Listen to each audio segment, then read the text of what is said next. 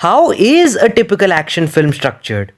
You have the opening sequence, which may not particularly be the biggest set piece in the film, but rather something that sets the tone. Following this is the inciting incident, which sets into motion the events of the film. In some cases, the opening scene itself is the inciting incident, and in some cases, it's not. From this point onwards, there is usually an attempt at escalating the action such that the film keeps getting bigger in terms of scope and scale, finally ending up with a huge set piece that's almost always the biggest stunt in the entire film. This is obviously a formula that has worked for countless action films, but Rogue Nation does something different. In fact, quite the opposite of what I just mentioned. It de escalates. It opens with Tom Cruise dangling on the side of a speeding aeroplane, a stunt so huge that it could easily be the climax for any average action flick. Then on, it simply keeps scaling down to the point where the climax is nothing more than a foot chase and a one-on-one knife fight. But does this structure work? Yes, of course it does. The fifth installment of the Mission Impossible franchise isn't just a great action film, it's also one of the best spy films out there. And I'll tell you exactly why.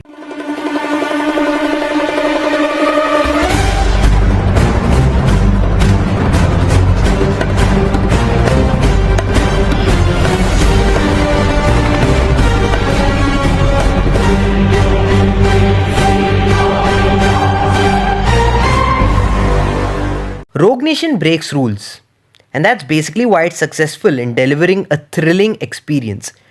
Take this sequence for example.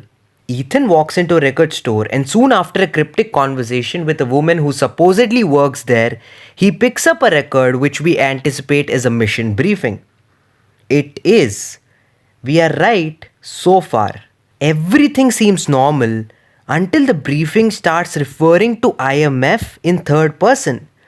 That's when you know it's the Syndicate sending a personal message to Ethan. The writing cleverly takes a staple of the franchise, the mission briefings, and turns it on its head. And this isn't just the only time the film does that.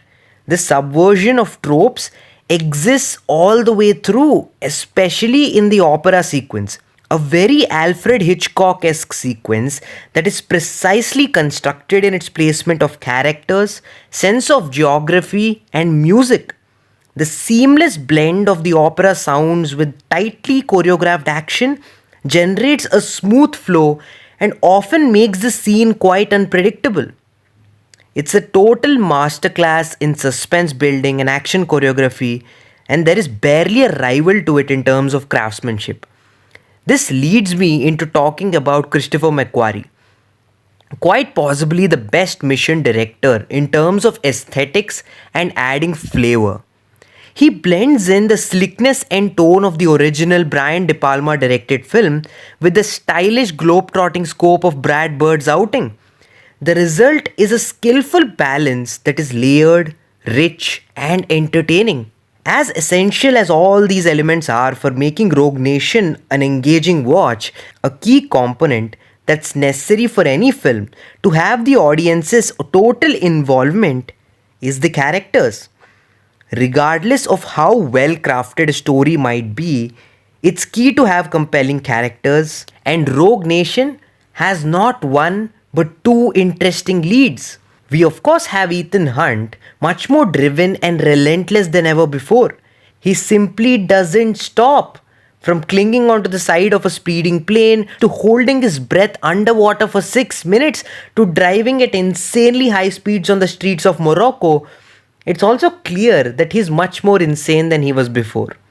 Although at this point, I'm clearly talking about Tom Cruise than Ethan himself. It is Hunley who sums up Ethan perfectly, much better than I could ever do. Sir, Hunt is the living manifestation of destiny. We all agree Ethan is awesome, but if there is anyone else who could give Hunt a run for his money, it's Ilsa Faust. I'm not talking in terms of skill or the ability to perform death-defying stunts, but in terms of characterization. Sure, she's a badass when in action, but her inner conflict of being torn between two worlds is brought out brilliantly.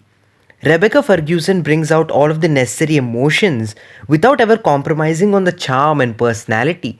Nearly everything with regards to her character is done to perfection, right from a kick ass introduction to a fulfilling end. Ilsa is undeniably one of the best characters in the franchise. While we are on the topic of characters, let's talk about Solomon Lane, who is unquestionably one of the best villains in the franchise.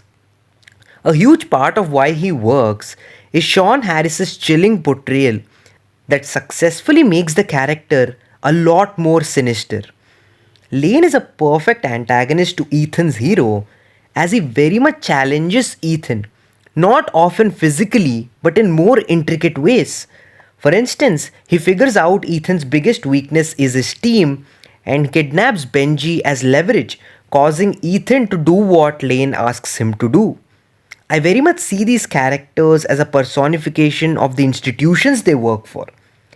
As they even mention, the Syndicate is essentially an anti IMF, and Solomon Lane is essentially anti Ethan Hunt. It's interesting to see how much Rogue Nation leans into being a spy drama by bringing in elements of spycraft and espionage.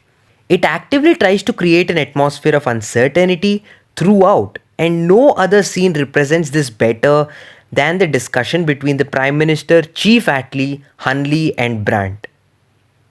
It's a superbly orchestrated sequence with carefully crafted dialogue and detailed writing. It starts off as a simple sequence about Hunley warning the Prime Minister since he suspects Ethan might kidnap him. And eventually, it spirals into Hunley and the Prime Minister realizing that it was Attlee who was behind the entire creation of the Syndicate. The subsequent reveal that Ethan was all along under the guise of Attlee's sheer brilliance, but when you look at Attlee's dialogues prior to the reveal, it very much seems like Ethan is baiting the Prime Minister into revealing information. Even Brandt steps in to steer the discussion in that particular direction, and all of it comes together exceptionally, more specifically on rewatches. And Rogue Nation, believe me, is a film that keeps getting better on rewatches. I still remember when I watched it for the first time, I was slightly underwhelmed by the climax.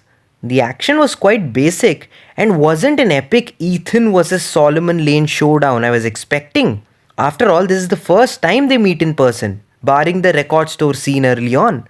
That opinion has, however, changed over time. I think the ending with Ethan cleverly trapping Lane in a glass box and gassing him unconscious is a brilliant moment that brings the story full circle.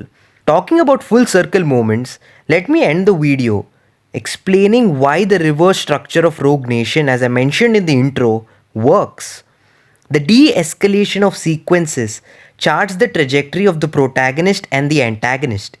Ethan and Lane are far removed from each other in the opening sequence, and as the story progresses, Ethan keeps getting closer in his pursuit of Lane. The scale of the story smartly reflects that, and the low-stakes climax feels a lot more personal. A fitting conclusion to Ethan's relentless mission of bringing down the Syndicate. It's a structure that would work specifically for a story like this. McQuarrie and his team understood that and delivered arguably the best film in the franchise, rivaled only by their next outing. But more about that next week. I'm going to give Mission Impossible Rogue Nation a 4.75 out of 5. Nearly a month ago, I took up a mission to review all 6 Mission Impossible films before Dead Reckoning hits theaters, and it's going great so far. Please do check out the playlist above to get all of my reviews for these movies, and stay tuned for my review of Mission Impossible Fallout, which will be coming out next week. Thank you very much for tuning in. I really appreciate it. Keep enjoying movies, and I'll see you again.